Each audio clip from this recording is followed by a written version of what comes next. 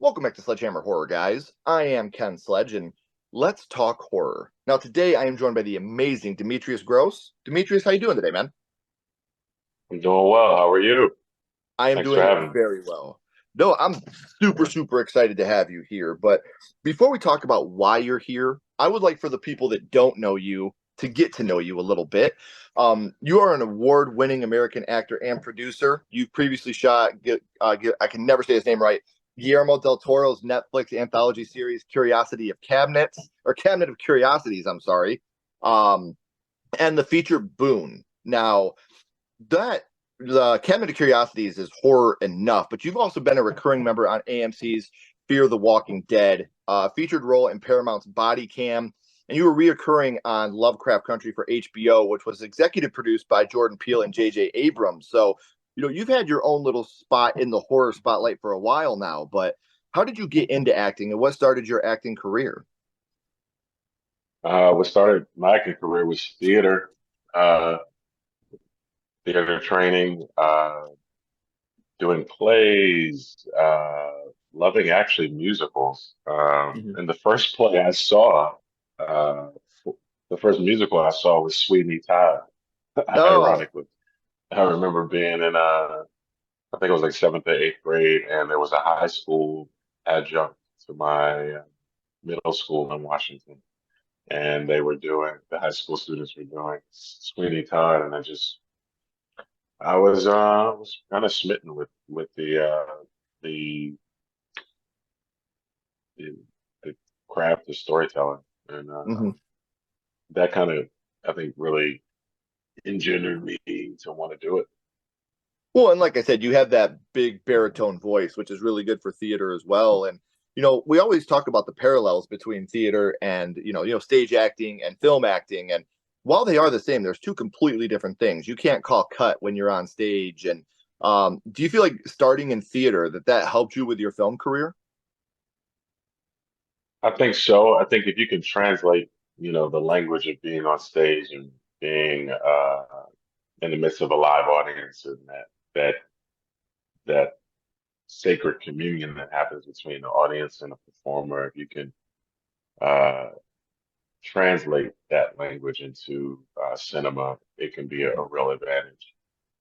See, and I love that because, like I said, when you're on theater, you have one chance to get this right, and Mhm. you got to be loud enough for everybody to hear you. You got to hit your marks. So it's really amazing to see that transition. I always liken it to a band. When you're making a film, you're making your album.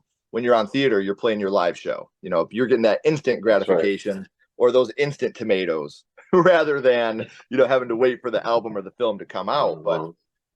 um, TV as well. Like I said, Fear the Walking Dead, a series regular on The Brave, as well as The Rookie. Now, I do got to ask because I have some friends of mine that are huge fan of yours from The Rookie, Brody and Ellie. Would you Okay. mind giving them a little bit of a shout out?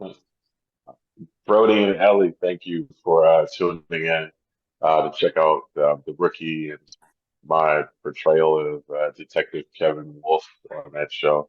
Uh, Great cast on that show. A lot of fun times. ABC was a is a great network to be a part of. And, I want to just thank you guys for supporting and for enjoying the show. It means a lot to me to have fans that not only check out my work but follow my career as it develops. So God bless you guys. I appreciate it.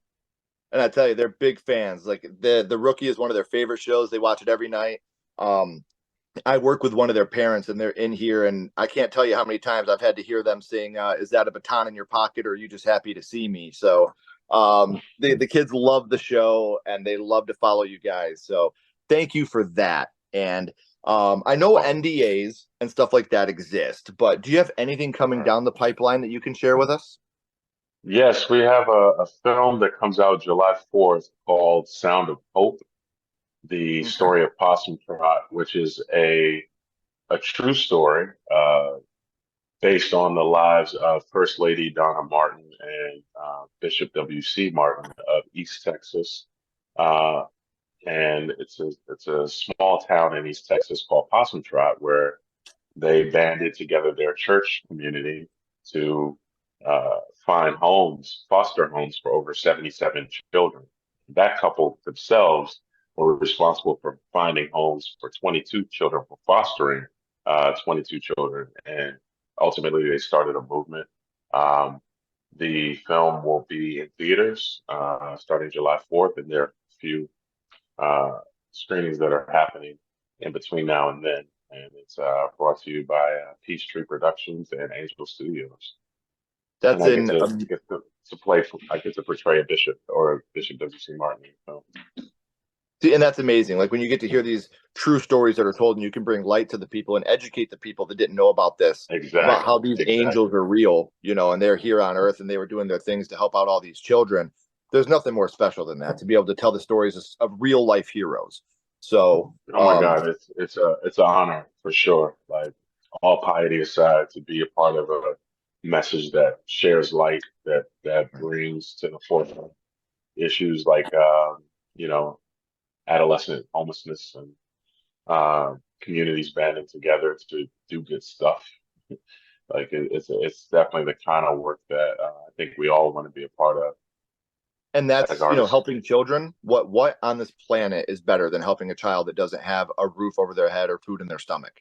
There's nothing in this on this world sadder to me Uh, than thinking about that. So thank you for spreading that message. And like I said, people that are uneducated about the subject, that never knew about them, now you're introducing them to them so they can do their own research and learn about how amazing mm. these people truly were, and that comes from you. So thank you for doing that. And I mean, it comes from the Most High. It comes from God, from Source, from Spirit. Even to have this opportunity to be in this film was like a God thing. It was it was beyond my control. At one point, I thought the film was going to go in a different direction with another actor, and somehow it came back around, and I got the opportunity to participate and to affect the story in a positive way. So it the whole process is one that I cannot take credit for. I have to kind of give thanks, as they say. Well, and like you said, the everything happens for a reason. So there's a reason that you were cast in this role, and Hmm. like you said, it comes out Right Independence Day. on. But for those of you that, if you short-minded like me and you have a really bad memory, the best way to stay up to date on all this is by following Demetrius on social media. And I have all of his links down in the description. So make sure you're following him to stay up to date on all the amazing things he has coming down the pipeline for us. Because, like I said, this is coming out Independence Day, but there's going to be a whole lot more coming after that. So make sure you're following him on social media to stay up to date. Now, in order for you, Also, like I yeah, said, yeah, Fear the Walking Dead, these things that you've done that are horror. In order for horror for you to be a part of that world, it had to start for you yeah. somewhere. So now, Demetrius, I would like to go back to the past and talk about what it was that got you started in the horror genre, your first horror Okay. movie. And Demetrius, the first horror movie you watched was Night of the Living Dead was the first horror movie I ever remember watching. The black and white 1960s or eight. 70s version. Yep. Um, Super creepy, very well made movie. Mm-hmm. Just for like, for all the cinema files out there, you guys are into, you know, great filmmaking. Night of the Living Dead, the original movie, was a masterfully made film. It happens to be in the horror genre, but I also learned philosophically that it was a metaphor.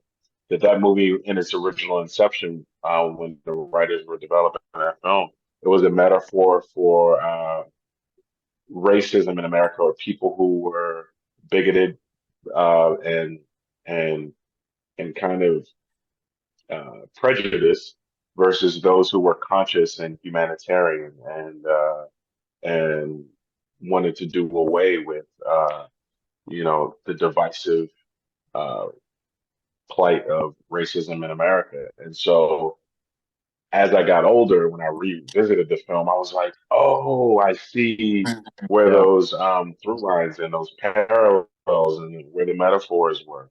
But I remember watching it with my father uh, earlier on, and it was scary, but it wasn't grotesque.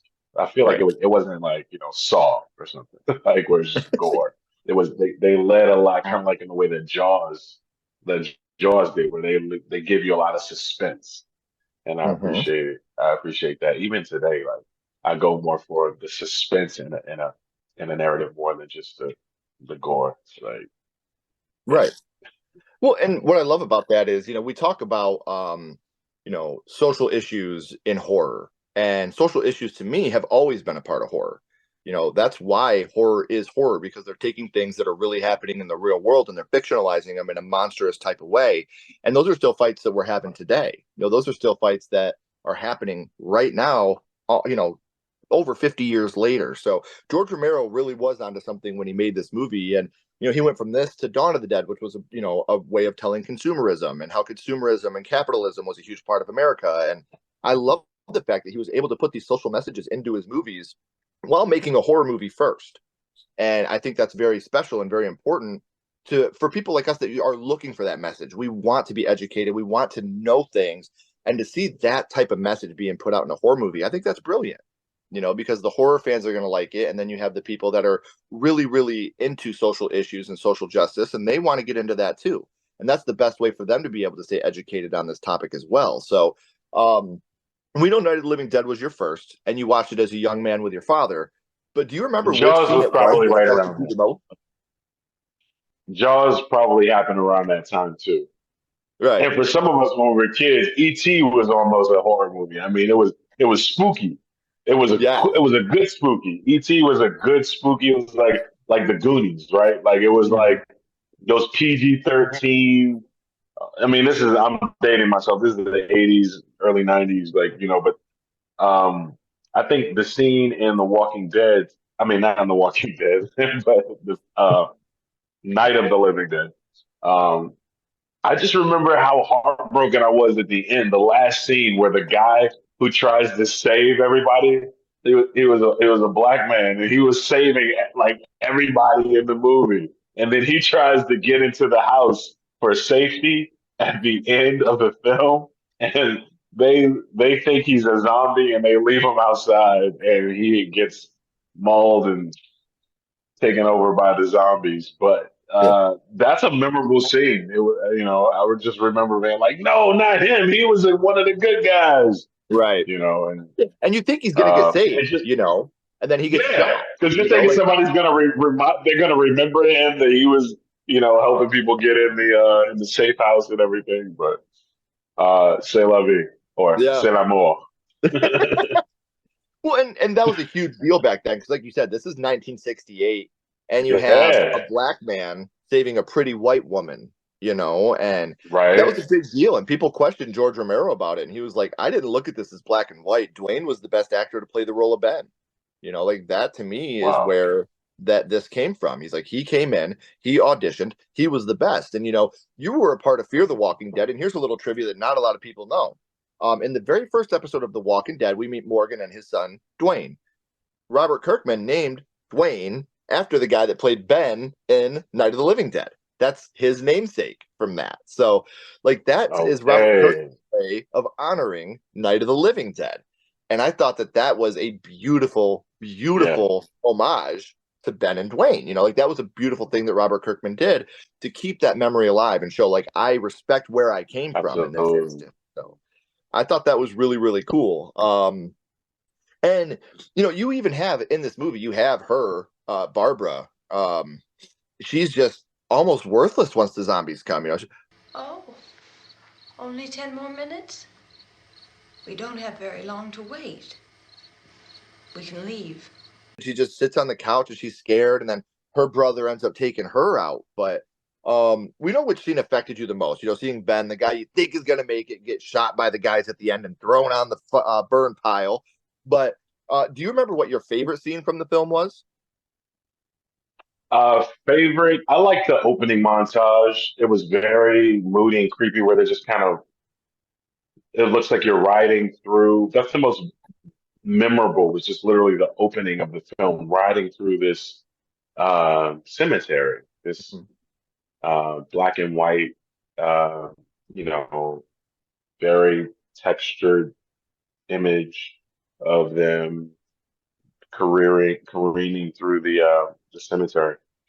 But I also just had a great idea I wanted to share. Like, for all the writers out there who may see this, or people who are um, really in the business of making films in the horror genre, I think there's a lane that is uncharted that we have an opportunity now in this sort of open source climate of filmmaking where we can make a movie that may be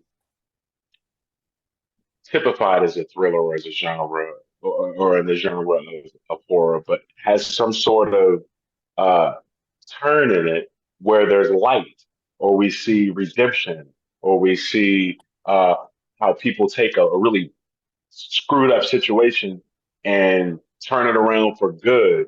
And we could do it in a dynamic way that's not like hokey or Right. cheesy, where it still kind of checks those boxes and rings those bells of being a scary movie, but somehow you're not just left with this awful feeling or this deep sort of almost sadistic energy.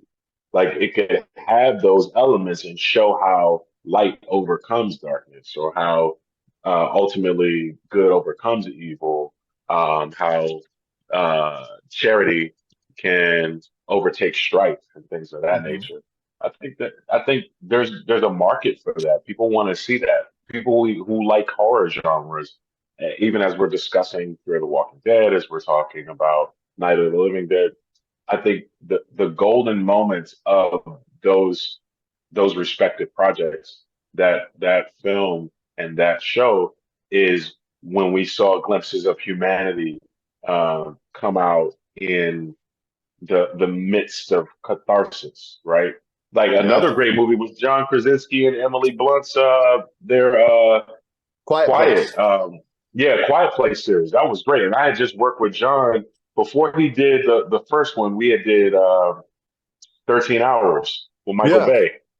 We shot that in Malta, and so seeing him do a film like that, that was actually a really enjoyable movie because of the relationship between him and Emily and the daughter. Like you, I don't think horror is cool just for horror's sake. I think horror should be contextualized in a story that highlights the resilience of humanity and our will to like make things okay or make things safe.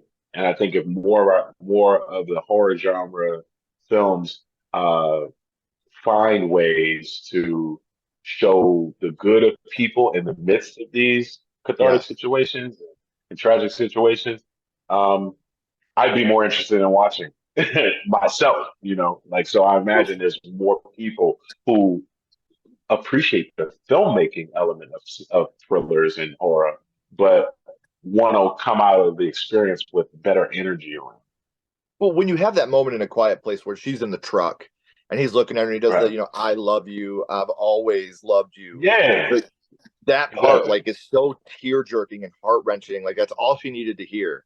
And she finally got that from her dad. And Krasinski pulls that off so well right before he gives that gut wrenching No. scream. Like, and you feel, because obviously with him and Emily being a real life husband and wife, there's a real genuine love and connection between all of them. And the fact that they were all willing to learn how to sign just for that young girl, like, that shows like you were talking about, the human part of it. They Hmm. wanted to make this such a real feeling movie, and it worked because of how human they all felt in this movie and how real they all felt. So, and I just want to bounce back real quick because you were talking Night of the Living Dead, the cemetery scene. That also gives us one of the most iconic lines in horror history. They're coming to get you, Barbara.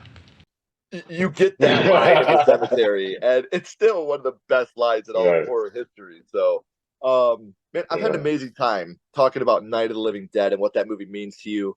But here for a second, I do want to throw a little bit of a curveball at you. My little buddy Ghostface is here, and he has a question for you. What's your favorite Okay. scary movie, Demetrius? What's your favorite horror movie of all time? I'm gonna say Jaws. I'm gonna say Jaws because it it was just a well-made movie. Like Right. you, I think we only actually see the shark once in the movie, but Spielberg just plays with the audience the entire movie. Like I was scared. Like I also feel like it's a movie I can watch today Right. and still enjoy.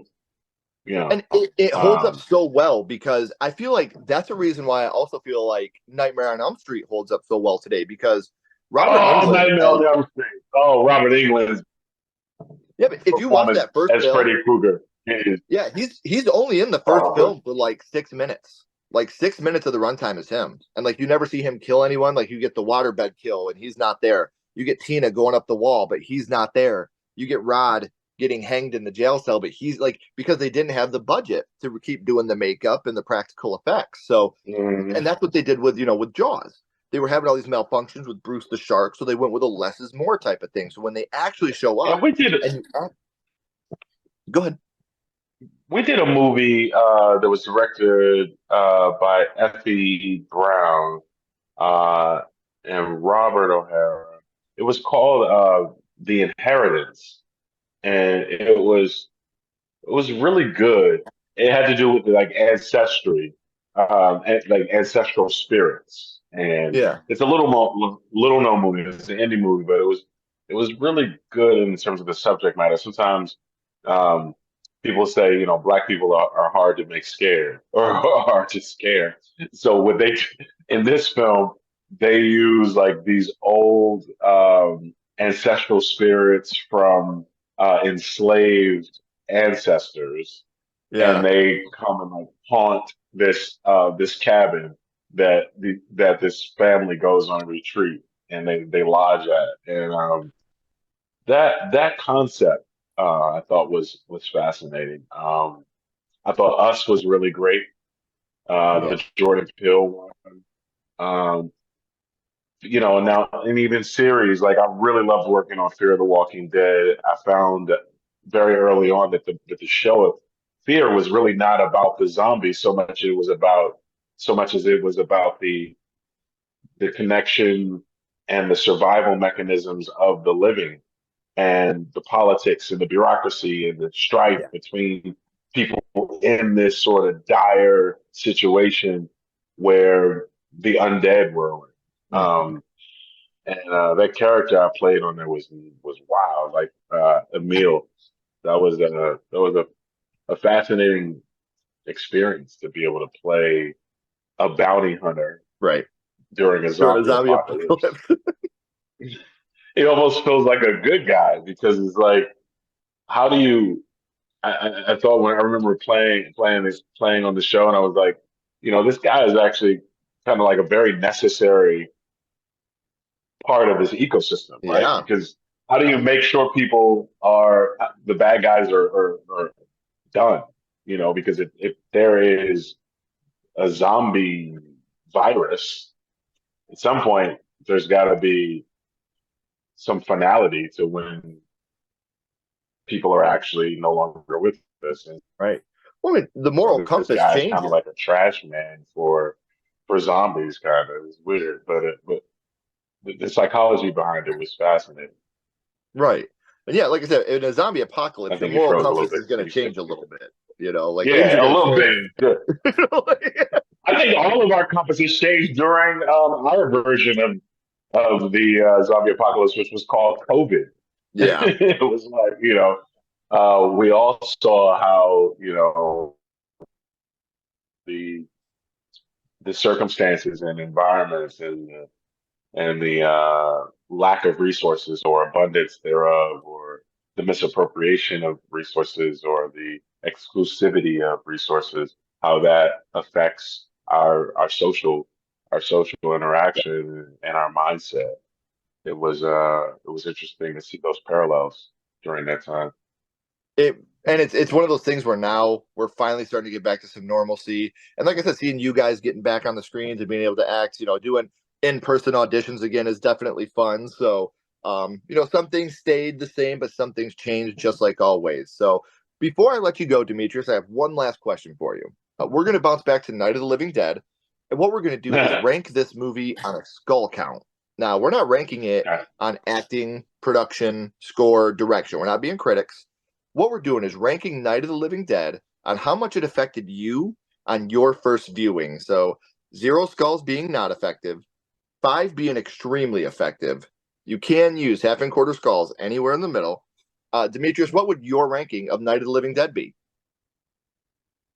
I give it a 4.5 skulls. It's up there, man. 4.5.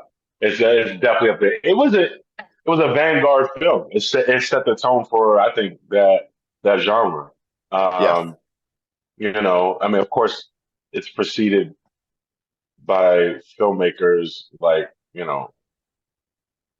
Alfred Hitchcock and, Mhm. great, great thriller storytellers. But I think Night of the Living Dead definitely started a wave and uh,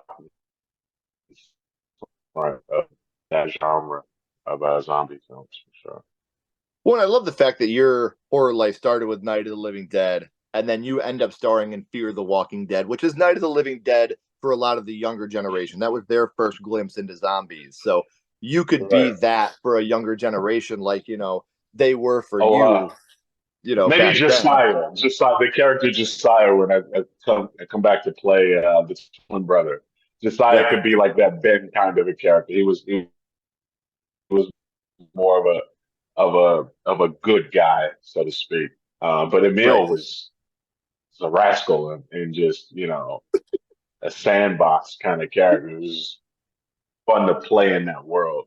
I had never done any zombie genre films before that, Right. so it was an introduction for me into that whole world. And I just remember looking at a lot of zombie films to kind of desensitize myself, so that when I Right. got on set, I wouldn't be scared by all this prosthetics and makeup and these amazing actors that they had on that show. So Well, shout out to the production crew behind Fear the Walking Dead and Lenny James and Mike Sacher-Zimis and Andrew Chambliss and all those guys. It was a great time. Well, and like I said, that's how I discovered you was Fear the Walking Dead. And watching your character, I was like, I Oh got to get this wow. guy on the show and learn how horror started for Okay. him. And then I dived a little deeper into your filmography as well. So, and you guys could do that as well because I know I said it at the beginning, but we're at the end of the third act, guys. The credits are about to roll and the curtain's about to drop. But before that happens, like I said, all of Demetrius' social media links are down in the description. So make sure you're following him to check out all the things he's done in the past, but also all the things he's doing in the future. So Demetrius, please don't go anywhere. I got a couple more questions for you. Um, Okay. Everyone else, if you haven't already, please like and subscribe. It helps to build the channel more than you know. And follow Sledgehammer Horror on social media. Our links are in the description as well. But until next time, keep talking horror, stay what you are, and we'll see you guys soon. Peace in the Middle East.